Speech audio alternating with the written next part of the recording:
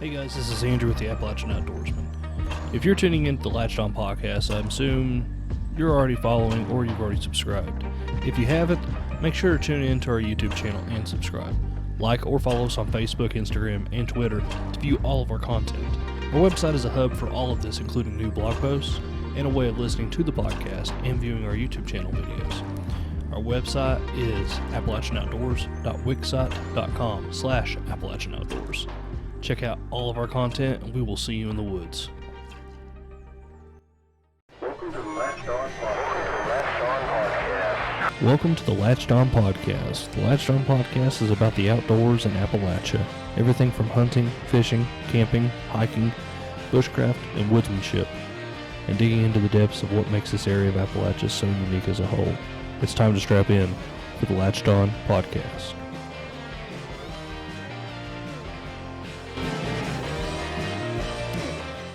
All right, guys, welcome to another episode of the Latched On Podcast with Andrew and Zach, bringing you the A to Z of everything you need to know that's latched on the outdoors. I used that pun again because I'm cheesy as hell, and I'm a dad. There you so go, dad jokes. I got to do it. We're going to talk about just real simple episode. We'll be lucky to get 10 minutes out of this. How do you prepare for hunts?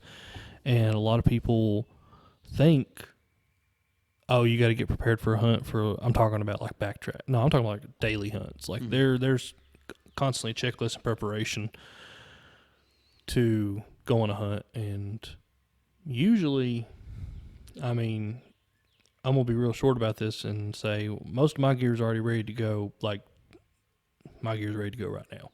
All right, end of episode, guys. Sorry, guys. No, I'm just kidding. So, well, Zach, you walk me through how you, like, I'm talking like even from where we're sitting in your garage right now, physically preparing. And like, what do you do to prepare for just hunting in general? Oh yeah, so We could delve into workout routines. Yeah, I was gonna say I work out quite a bit, and I try to get one in a day. I do a mixture of for our area. I like doing. I don't just strength train, as in like just lift weights. I don't just do runs or just rucks or whatever. I know some people just ruck, some people just run, and if that works for you, that's great. What I do is I do some strength, some like high intensity, so hit stuff. It's more of a CrossFit-ish is what I do, because I do lift a lot. I do use barbell and a lot of barbell work. I do like that, but I'm not a big runner, so I try not to run too bad. I'm not a runner either. Don't feel bad about it's hard. I got some issue. I got some joint issues. So I got shin splints. Yeah, like horribly. Like I'm flat-footed as hell. Yeah, so. I got some not shins, but joint issues. So I don't run as frequent. I do occasionally just to stay, make sure I can do it. But I do some rucking, which is good for our area. And then if I do rucking, I try to do somewhere with some hills to get used to what we do. But I try to get one in every day, even if it's just a 15, 20-minute. It's better than nothing, right? Yeah. So just push-ups, pull-ups, and burpees or something, man. Anything to get your heart air rate squats, up. yeah. And then every once in a while, we'll do a little bit of I try not to do arm stuff, but I'll do some blank bells after some leg days, or if I'm shooting, practicing with my bow, might get my heart rate up a little bit and then take a couple shots. I try not to do it all the time because I don't want to be under stress constantly. I don't want my form to fall. You don't want it to fall just because you're having exactly. So don't your heart rate's at 150. Yeah, don't do it every time. Just do it occasionally. But just do stuff like that. Other than that, I'm a gear nerd. We've talked about it before. I'm always buying, selling, trading, swapping, doing this, doing that. Start dialing in your stuff. Now's a good time to practice too. Shoot with your gear on. Shoot with your gear on. If you wear a chest pack, a bino harness, shoot with it on. If you hunt out of a tree stand, shoot out of your tree stand. If you hunt out of a saddle, shoot out of the saddle. Shoot out of the saddle. I mean, seriously. And like, it's probably something I'm going to be doing this weekend. I'll probably be setting up my saddle, even if it's like only a foot off the ground. Yep. Just to make sure my form's right. Yep. Once I hit August, I'm going to start doing my tree stand stuff. Because it's one of those things. Like, yep. And I'll tell you, the best thing that I did last year was right before season. So like September time frame, I would set up 2 or 3 different bag targets at different distances, and I would have my tree stand or my saddle or whatever I was using, right? I would have my whole kit ready to go in my garage. And then I would walk out of my garage like I was walking into the woods with my bow in my hand, my stand on my back or saddle on my back, and my pack, whatever you do. I don't care how you do it. I'd walk to the tree. I'd climb and I'd set my gear up, set my bow down, get out my sticks, do whatever it is you do, climber, I don't care. Set it all up, tie your bow rope on, whatever. Climb the tree, do your thing. Do the whole method. And do the whole thing. And I would carry as many arrows as I have. Yeah. It's just so you get more reps in, obviously. I might stick some extra arrows in my backpack, which normally I wouldn't do. Right. But just so I get more reps in, right? Climb it up, set everything up, hoist it up, and then I'd let my heart rate fall a little bit or maybe leave it up and shoot those different targets at different distances. And I won't even pre-plan the distance. I'll range it. And if it's at 22 yards, okay, or say if it's at 27 yards. Right. Where do you pin gap? Do you dial? I try not to dial. I do have a 2-pin. It's a single post, but it's got 2 dots on it.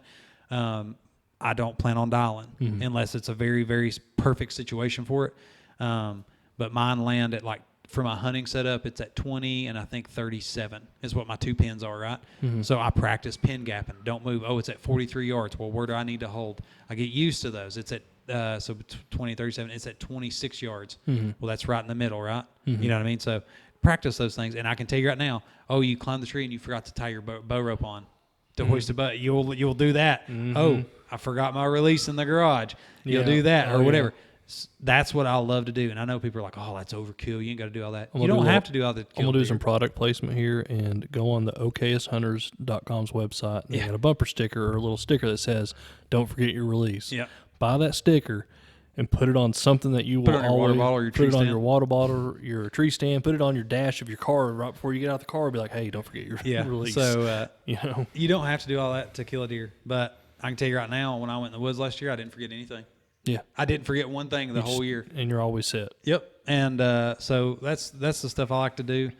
This year, I'm going to primarily hunt. Last year I used a saddle with the platform, and then I also have a tree stand.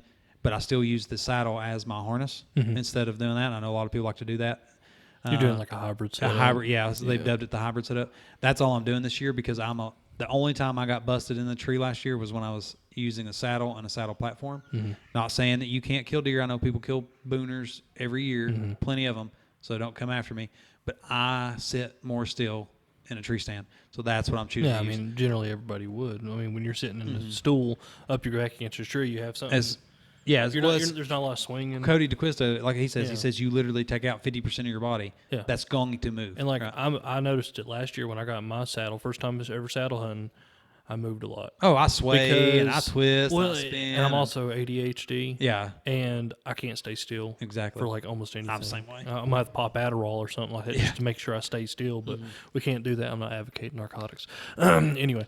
But yeah, always now's a really good time to shoot with your gear on. I'm not saying shoot with your quiver on your bow because I know a lot of people like to take their quivers off when there's something to stand, but a lot of Western hunters you have to hunt with quiver on your bow, and sometimes you may not have the opportunity to take your quiver off. So shoot in the yard occasionally off the ground with the quiver on. Maybe shoot a kneeling shot. Say you're walking in the woods. A lot. Exactly. Say you're walking through the woods and you're trying to get to your tree because a lot of times I like to go in after daylight. If I hunt in the mornings, I like to walk with daylight because there's chances you could sneak up on. If you're quiet, there's chances you can sneak up, or someone, say a coyote, bumped it out of his bed and it's running. It's already scared of something behind it. It's not looking as hard in front of it. When me, you, and our buddy Sword went hunted, it was rifle. It was the day after opening rifle. We walked in here 4:30 in the morning up in the National Forest. Oh my god! We saw so many deer. We had two shooter bucks under headlamp. But we were like an hour before shooting light. If we'd have waited till pink light to go in, so it's kind of like one of those things. Sometimes going in at 3:00 in the morning sometimes ain't the best strategy. Yeah. If you have a plan and you know you're going to beat the buck, say you know where the buck's bedding, right? You know where he's going to go back to, and you know where you're going to go exactly, and you need to go in at 3 so you can get there before he's coming to bed. Exactly. Okay, yeah, absolutely hunt there. If you're just going to public and you're just going to start working your way through and finding a good spot, you're mobile, because me and you both are mobile guys. We like bouncing around. Right. And I like walking a lot and everything else. I'll sit somewhere for 20 minutes. I don't like it. I'll get down and move. Yeah, that's how I am a lot of things. I'm like that because I have such a simple setup. That's one reason why I think that during turkey season, me and you hunted so well together, because I'm all for sitting in a field all morning if I have to, but at the same time, I look at it as I only have until noon to hunt. Yep. And if I want to get a bird, I can't hope that a bird comes in front of me. I got to find them. Oh yeah. So me and you are like the same mentality. Like we're also, I wouldn't say we're impatient. We're just more like, what's the point of sitting down if nothing's going to come? If I can go find it, I'll go find it. If I can find it, Yep. go for it. And that's the way I am. And to be that way, if you choose to be that way, and that's not the only way to kill deer. No. You don't get me wrong. By You can no go means. sit and you can go sit in the same ladder stand every year if you want. That's fine. We're talking about our tactics, okay? So do what you want to do. It's free country. But keeping my setup so simple is how I'm so mobile. Is because I'm and I'm literally like, I'm taking most of these plays out of Cody DeQuisto's playbook and a bunch of other guys. So I'm not sitting here saying, "Oh, Zach Church created all this." I didn't. No. All right, I'm taking bits and pieces of everybody. We're stealing from a bunch of different people. We're stealing from the killers, man. and That's who I'm watching. and coming I'm up watching with our own dudes system. Yeah, and we're not the geniuses making the stuff up. Yeah. We're learning from other people, and that's what I recommend everybody learn from. Is Yep. these people that shoot these big old bucks every year. That's ones you pay attention. that you know are hunting public land, mountainous country, and they're not bull crappers that hunt these high fenced farms and all that stuff. Yep, Listen to what they're saying. that's right. And so, like this year, just for instance, like gear, if it works well early season, maybe even into late season, I won't even carry a pack. I'll be Sometimes it's not worth it. I think I hunted a couple days last year. I just brought in my bow and my binocs, Yep. and I just walked these tram roads and just looked for sign, and I spooked a doe. yeah. And I was like, I'm not expecting to get a shot, but it's one of those situations. I didn't even walk in with my saddle or nothing. Yeah. But it was one of those things like I could have a deer on the other end of this corner behind this curve. I can duck down. Oh yeah, and- absolutely. And see, one good thing about saddles, and no matter what brand or you can use different stuff. It's funny because I love a lot of brands, so I literally have like the best gear that I think for me, and from each brand. I literally have a piece of gear from like all the major. You're brands. not like a full blown. This is the brand that I only use. Yeah, I don't only use And- tethered or only and use. there's Latched nothing or wrong only with use that this. because if say a climbing sticks of one company works great for you, Yeah. but their saddle, if their saddle doesn't, Yeah. It's free country. Yeah, we're gonna do a cool video of our setups right before season, and it'll be Yeah. on YouTube, and then we'll probably do a podcast about it too. And I'll go into detail about all my gear and why I use it. But short and sweet, I plan on just using my stand, a couple extra layers strapped to that, with some 550 and a couple pouches that'll hold my. I got a couple water bottle patches. I'll have, and then a couple like super small Molly pouches like on my hip belt because I have like a really nice suspension system backpack straps for my stand. Yeah. Makes it really comfortable. I'll have like a kill kit, some water drops so I can purify water because I drink a stupid amount of water every day. So I can fill up in the There's creek no and such thing as drinking too much water. yeah, but I can purify my water and it's just drops. So I literally drop them drops in there, shake it up. 15 minutes later, it's gonna drop. Right. So it's quick and I can do it on the move and I can stay mobile. I don't have to sit there and filter the water. Filters are cool. I have one for backpacking. This one I can stay moving. Right, I can just dip it out of the creek, put it in there, and keep going. So I'm not gonna get into it, but yeah, use your stuff. Practice with your stuff. Practice packing your stuff together. If you need some Night Eyes gear ties, if you need some 550, Make sure it feels good when you're walking. Yeah, and then if you want to do a ruck with it, do a I would ruck. always recommend doing a ruck with it. Yep. And do it like a mile. Oh, I'm 2 probably gonna miles strap maybe. that sandbag over there to my stand, and I'll probably start rucking Yeah. with it.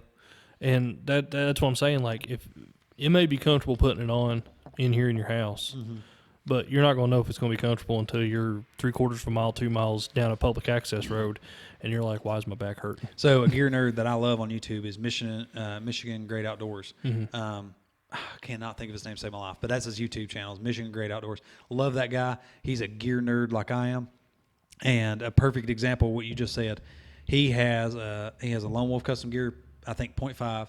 He put the long post on it and only had backpack straps on it. Well, when you put the long post on it, the stand ears or the seat ears that normally locked it into the platform were below the platform. And when he walked his first hunt, those dug into his back the entire day. Now, when he just put it on in his house or his shop, he never didn't noticed notice it. But when he packed his stuff on his stand or his backpack on there, it put weight on it. That's what I'm saying. He's like, I was ready to. He literally did a video on it. It was really cool. He did a video. And he's like, I was ready to throw my stand in the woods. Like it hurt that bad. It was that annoying. And then he got back and he got an extra pad for it from TX5 guys and got it set up, and now it works. But he didn't know that until after the day. Yeah. So try to do that beforehand. So the first day or first week of hunting or whatever. It was like the hunt pack that I bought. I bought it back in the spring by Everly Stock. I actually did a video on it on YouTube, a gear review. we took it on that scouting trip, and I noticed that I need to do some little bit of adjustment with it because it was hurting my lower back. But that's the stuff that you need to do. Like if you're planning on using that stuff for your hunting trip, use opportunities on your days off or any kind of opportunity you have to go outside, test that gear out before you use it, because like we said, put it on at the house. It may feel great, but 2 miles in the woods with all this weight on it, and you find out that, I got a climbing stick digging into my back, or it cuts your stuff. It might put a little bit of a wear spot on your pack, and you're like, if I kept doing that, it's going to wear a hole in my pack. Next thing you know, you have a hole in your pack. Exactly. It's like, gosh, it was a $150 pack. And exactly. I got a hole in it. You don't want a hole in a $150. And they're not going to warranty it for your mistake. Yeah. Now, they're warranty for a manufacturer issue, but so just pay attention to that. Is it starting a wear spot, or is it doing this or doing that? Do I need an extra gear tie to hold it up at the top so it don't smack me in the back of the head, or just simple stuff like that? You don't have to spend a whole lot of money, but just, and you can, people are killers, man, and they use some of the oldest stuff in the books. So nothing wrong with, it's also the kind of thing like Fred Bear said, your grandpa shot deer with a red plaid shirt and blue jeans. Yep. Like, technically, that's all you need. You just need some clothes and something to shoot them with. But a big thing of what I'm saying is we're going to wrap this up pretty quick because, like I said, this is just a little episode. My big thing is also checklists. Yeah. Know what you're taking into the woods and make sure you have everything like we were talking about before.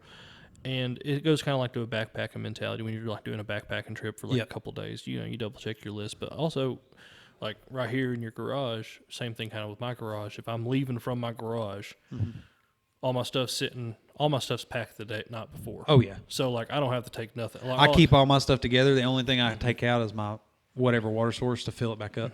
And everything stays during the season. Like I get it dialed in before season. Usually the first week I tweak some stuff. You always do. That's about to say, like, figure out your stuff, tweak it what you need to, and then it stays there. It's always packed, ready to go. And most of the time it's in my truck. Because I went through turkey season and I had to swap my setup like 3 times in the middle of the season. But now I know what I'm going to do next year for turkey season, and I'm set for the rest of the season. That's right.